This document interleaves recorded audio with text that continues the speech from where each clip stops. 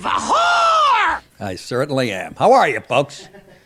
I got to learn my own opening on my guitar. Yes. Zeppelin, I don't know how old you guys are, but Zeppelin, in their heyday, to me, I mean the Stones, yes, but Jesus Christ, as far as that heavy metal shit, they are, and I've turned into the guy I didn't want to be with my guitar. I'm the guy that knows 1,000 opening riffs. What am I going to practice the rest of the song, the rhythm by myself? But this guy, Marty Schwartz, on YouTube, he's a great teacher, and that's his favorite band. And I found a thing of him teaching you the 10 best Zeppelin riffs. And I'm like a fucking 14-year-old. I'm in my room and I won't come out. Gotta go to work. Fuck that! Wife's out doing the taxes. I'm trying to get down the fucking first 3 bars to fucking Back in Black. What are you, a child? Yes, I am. How are you, folks? Did you have a good weekend? I officially have a trick back. My dad had a back that would go out, and he'd be on the couch for a week and then force himself to go to work, but bent over. As I famously said in one of my specials, the posture of a jumbo shrimp. I have a pinched nerve. I was working out. It wasn't anything that I did while I was working out. It stiffened up when I got home a little bit. Last week I went to get up. I got a pain in my fucking back and I have a high threshold for pain. I do. I grew up with a Marine for a father, and if you skin your knee, he'd go, well, cry about this. Crack you with a monkey wrench. So I it has to be a nerve. I literally see stars, and it brings me, as I stand up from a chair, this is when it's where, you guys know, anybody's had this back, about not even halfway up, you get this pain, and then you try to straighten up a little more, and it's fucking like somebody shoving a flagpole into your spine. We're all related to that. Holy shit. So now I'm going on vacation. I'm going to be sitting on 2 planes on the way to vacation. And wife have to carry me out like carry-on luggage. There's your boarding first. Just do the wheelchair. Well, you're so funny, man. You know me. You fucking know me. I was like, how do I work this in? But it doesn't bother me standing up, you know. If I was a creep, yeah, I could do that. I call people out on that shit, too, all the time. I was standing there probably a year ago, and this fucking guy comes walking up. He's fine. And I see a guy get in a wheelchair. And even the couple behind me is going, what's this guy doing? I was waiting for somebody else to acknowledge it. And so he goes down first, and we're getting on the plane, and I hear the guy behind me go to the guy, what's wrong with you? He had more balls than I did. And the guy goes, yeah, I got my knee surgery. He fucking wasn't even limping, you fucking liar. Anyways, I just ordered a fake body cast that I'm going to put on every time I board. Yeah, so I got a trick back. What the fuck else? Anything else? We did a Bitchin' Kitchen that's going to air, not this week. 24th. On the 24th. Well, I'm on vacation, I think, as I'm getting back. And it was fucking killer. It was funny. It's a great recipe. You guys are going to fucking love it. Dallas's wife, Gianna, was there to add a little beauty to the dark film that we make. And all that shit. All right, let's get to it. Enough fucking around, I guess. Anybody else enjoying the hell out of waking up and having Trump be the president and reading in the papers every day? And now the fucking leftists, the media's back at it again, trying to create these lies. Ooh, there's a bunch of Republicans that are pissed about how he's cutting government jobs, and it's all this fucking nonsense, and then they'll show a poll saying just the opposite. It's unreal. They have nothing still. Do you understand? We've been listening to this since Trump came down the escalator. And it's why the fucking Republicans are in power now. You guys got nothing. Because it was all built on a lie. You got to figure something else out. You're finished. And Rubio, and they're going, oh, Rubio and Elon Musk are fighting and all this fucking horse shit. And anyways, this is related to it. Jew hater at Columbia University booted by ICE. Promises made, promises kept. A Palestinian activist, I'm sure he's good friends with George Soros, who led the disruptive anti-Israel protests at both Columbia University and Barnard College, has been arrested by ICE agents at his campus apartment, according to his lawyer, Mahmoud Khalil. Hey, here's a new rule. Nobody can come into the country named Mahmoud or Khalil. And that goes for wide receivers in the NFL. Doesn't he sound like a wide receiver for the Jets? Like Mahmoud Khalil, got him in the third round. Came out of Tehran State. A former graduate student who got his undergraduate degree in Beirut in killing Jews with a PhD in Kaikism and completed his studies at Ivy League Columbia in December, also reportedly faces having his visa revoked and his platinum Amex card and 2 Discovery cards. He is apoplectic about that. Having his visa revoked and his green card canceled following President Trump's crackdown on unrest at that college, and it's about goddamn time. Bye-bye, dickhead. He was inside his university-owned apartment a few blocks from campus Saturday night when ICE agents entered the residence and took him into custody, according to the AP. So he's been linked to these uprisings on campus, and you know all the Jew hating going on in Columbia. Here's a video of him caught in some of that mess. We're not talking to the president. Excuse us. A polite terrorist. Can you hear? We're not talking to the president. We're not talking to the press. What are you, the fucking vice president of the United States? You believe this shit? Do you guys know, and I'm going to say it again, and I'm going to say it again, and I mean it. Where are the fucking fire hoses and angry German shepherds? Honestly. You know, and someone go visit Soros. While a student, Khalil headed up student-run group Apartheid Divest and was lead negotiator during last spring's protracted student protest on campus, in which dozens of tents jammed the lawn of the Morningside Heights campus. Excuse me. That's up in Harlem, by the way. He was also a political affairs officer with UNRWA, the United Nations agency that supports Palestinian. It's basically a cover for a terrorist group for Hamas, which Israel says has been infiltrated by Hamas. Yeah, remember they found guys working there that were actually Hamas guys from June through November 2023, according to LinkedIn. Despite graduating months ago, Khalil still lived in school-provided housing. Of course he did, due to a policy allowing students to remain on campus for 3 months after graduating. I wonder how that came up. Nice guy. Hates Jews. Bye-bye. Hates Jews. That's right. You're gone. People be complaining about that on the left, too. Oh, that's unfair. Mm-hmm.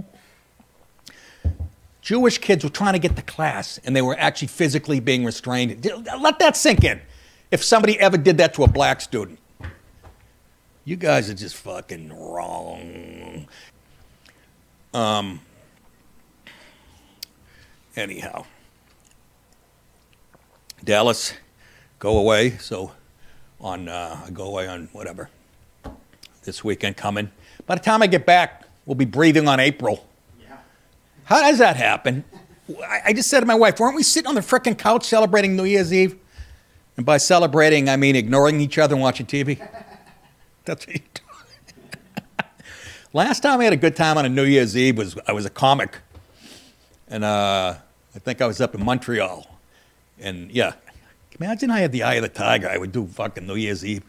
And it's a small club, but it was great. Downstairs, there was a fireplace, this beautiful old bar. Jimbo, the guy that ran it, was just he could drink anybody under the table. Just a great fucking guy. And he kept that place open till the sun came up. I actually sang karaoke. And I beat a bunch of Canadians in that table hockey. Fucking, what a fucking wild night. Then I went back to the room and yanked it. Bonsoir, everybody. That's how when I hosted the Nasty Show up at Montreal. One year I come out and I go, bonsoir, cocksuckers. Not even a peep. What the fuck? That's when they laughed. I go, what? Nasty. Fucking take that serious. Oh, you're in for a long night, motherfucker. That was so fun. Then I brought up some guy who did about 10 minutes on abortions and fucking describing mangled shit like that. Let's move on, shall we? Just plain dangerous. Air Force F-16 fighter jets have been scrambled to intercept aircraft that invaded the airspace over President Trump's Mar-A-Lago estate in Florida. Just when you thought he was safe. The second time that's happened, by the way, in the 48 hours over the weekend, it happened within 48 hours twice. So I don't know. What the hell's going on out here? I don't know, Vince. It's probably once again. Then again, it's Florida. Fucking people can't even. You see people getting arrested for driving their sit-down lawnmowers on a highway down there. You're not exaggerating. Huh? No, done that story 8 times. It's so common we don't even do it anymore. Here's a video, something. During 2 intercepts, NORAD aircraft dispensed flares to warn the planes they were violating airspace. The flares were used to draw attention from or communicate with the pilot. NORAD said the aircraft pose no danger to people on the ground. Since Trump took office, he's visited Palm Beach County several weekends, triggering the flight restrictions while he is in town. Lady, young girl, it's not NORAD. It's NORAD. Okay? NORAD, as opposed to plenty of rad. We want NORAD. A civilian aircraft flew into the no-fly zone over the property around 1:15 in the afternoon on Sunday, according to a statement. Trump was seen giving the plane the finger as he was cooking with no shirt on in the backyard. You cocksucker. The fighter jets fired flares to warn the pilots to move out of the area, the military said. I want you to follow up on the story and interview the guy. You know what I mean? Tell us how this turned out. Was it something dangerous or was it just a couple of assholes? Was it a chick behind the wheel? Because you can find out. Yeah, you can find out. I'm not going to do the work. That's your job. It's part of a raft of private aircraft ignoring the no-fly zone of the southern White House. That's what they call Mar-A-Lago. Where the president often spends his weekend. How cool is that? He doesn't go to Camp David. He goes, no, I'm going to my fucking 70,000-acre mansion down in Florida. I'm going to golf and hang out with strippers and shit. Since the January 20th, 2025 presidential inauguration, NORAD has responded to over 20 tracks of interest entering Palm Beach. What do you mean tracks? Is that on a fucking cassette tape? What are you talking about? Danger, Will Robinson. Danger. No, Will Robinson. Danger. Florida temporary flight restrictions area. That's the rest of that sentence. I really did that beautifully. See, I interrupted it with my stupid sound and I do shit like that to remind you you're not watching NBC Nightly News. This is actually honest shit. You have to take it with what comes with it. The 2 incursions this weekend happened while Trump was staying there. So, again, I'd like to hear more about it. Just like when the guy pulled up while Trump was golfing down there, looking through the fence with a gun. You might want to, it piques our interest a little bit. So you might want to follow, maybe they will, but they never do. You'd like to know more. You'll find that out after Trump, somebody hurts him. Then you'll find out. How about shooting one down? Nick, I don't know. It'll make for great television. You know what the news says? If it bleed, it leads. I used to say that with girls, right? If they, what do they say? Yeah. Some perverts would go, if she bleeds, she breeds. That means they're old enough. I think my dad came up with that, actually. Good guy. He's still doing time in Sing Sing.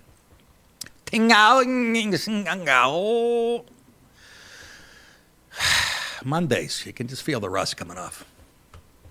Pasta Vazula. You guys, what I'm thinking about right now? I'm actually worried about getting up when the show's over. Dallas is going to have to carry me out like Tony Soprano carried Uncle Junior when he fucking broke his hip. You would have loved it. He's carrying him down the stairs. Uncle Junior's in his robe. Tony's going, you go to the hospital. He goes, fuck that. Tony picks him up, and he's carrying him out the house, and they're playing this old-time, the music you hear on a phonograph shit? It's from some, you'd know. It was from some old movie. I'm sorry, folks. I live in The Sopranos. Let's move on. Rough landing. Shocking video shows the fiery aftermath. This is the plane crash type of a small plane crash at a retirement community. Oh, my God. That make it even better for you. I'll throw one more in Amish country in Pennsylvania with multiple injuries reported. They lost 4 cows, a butter churn, and Jebediah.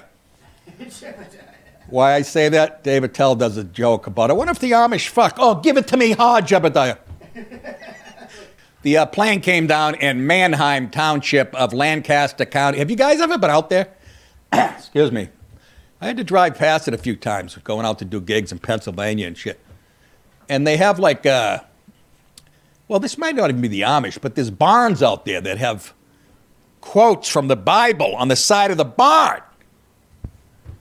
I was trying to read something, a letter from Paul to the Corinthians. It was a bunch of fucking heifers in the way. I couldn't. And then cows. And then cows. Yes, I said, girls, chop, chop. Dallas just gave a nice zinger in there. Anyways, after it took off nearby Lancaster at 3:15 in the afternoon, I don't know. My dad's theory was he didn't mind the small planes because if you got in trouble, you could land them anywhere. That was my dad's theory. But they, Jay Leno used to have a great bit.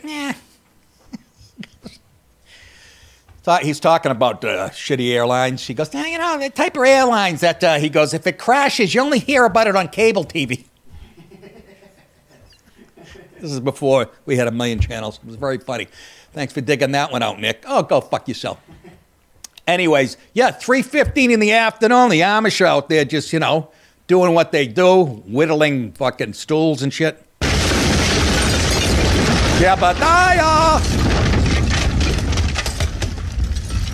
Melting the butter. Look at that. That's the parking lot. Can you fucking imagine? Did I say anybody died? No. You know why we don't know? There's no way we can't get any information out of them. They're still, they're chiseling the news. I don't know. Anyways, multiple people have been injured, and Route 501 has been closed in the area while horror footage shows the blazing wreckage in a parking lot. That'd be fucking crazy to see, wouldn't it? Well, obviously somebody died, the people on the plane, I'm guessing. No, Nick, they had the wind knocked out of them. They're day-to-day with a hamstring. The cause of the small plane crash is still under investigation, and emergency services have been scrambled to the scene. According to Pennsylvania's Governor Josh Shapiro, who should have been the Democratic nominee, if you remember, but then, what's her name, cackling whore, Kamala Harris was like, oh, that's right, I'm an anti-Semite, and so are a lot of our voters. We better not put him up. That guy was seriously the best candidate. But no, let's go with the brain-dead Biden and then bring in Mooseface. Wow, he must still be fuming. They asked somebody on one of those morning shows last week, so who's the leader of the Democrat? Oh, it was friggin' Waltz. It was Waltz. Who's thinking about another run? To what? The porta potty behind your house, you fucking loser.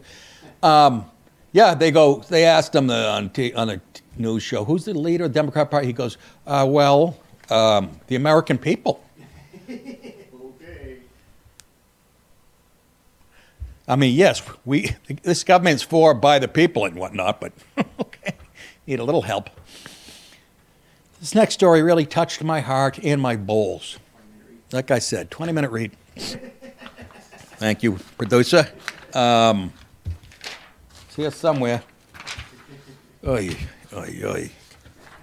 Hey, guys and girls, come see me doing stand-up comedy on April 25th at Cohoes Music Hall. In Cohoes, New York, as opposed to Cohoes, L.A. Whoops. I'm hitting this to move the... May 15th and 16th, Zanies, Rosemont, Illinois. I put out like a $5 crack whore at that show. You really want to go to it. If you want to support the show, go to my webpage, nickdip.com, and look at all the new stuff we have. Where the hell did she get all this? We actually have Nick DiPaolo mink stoles.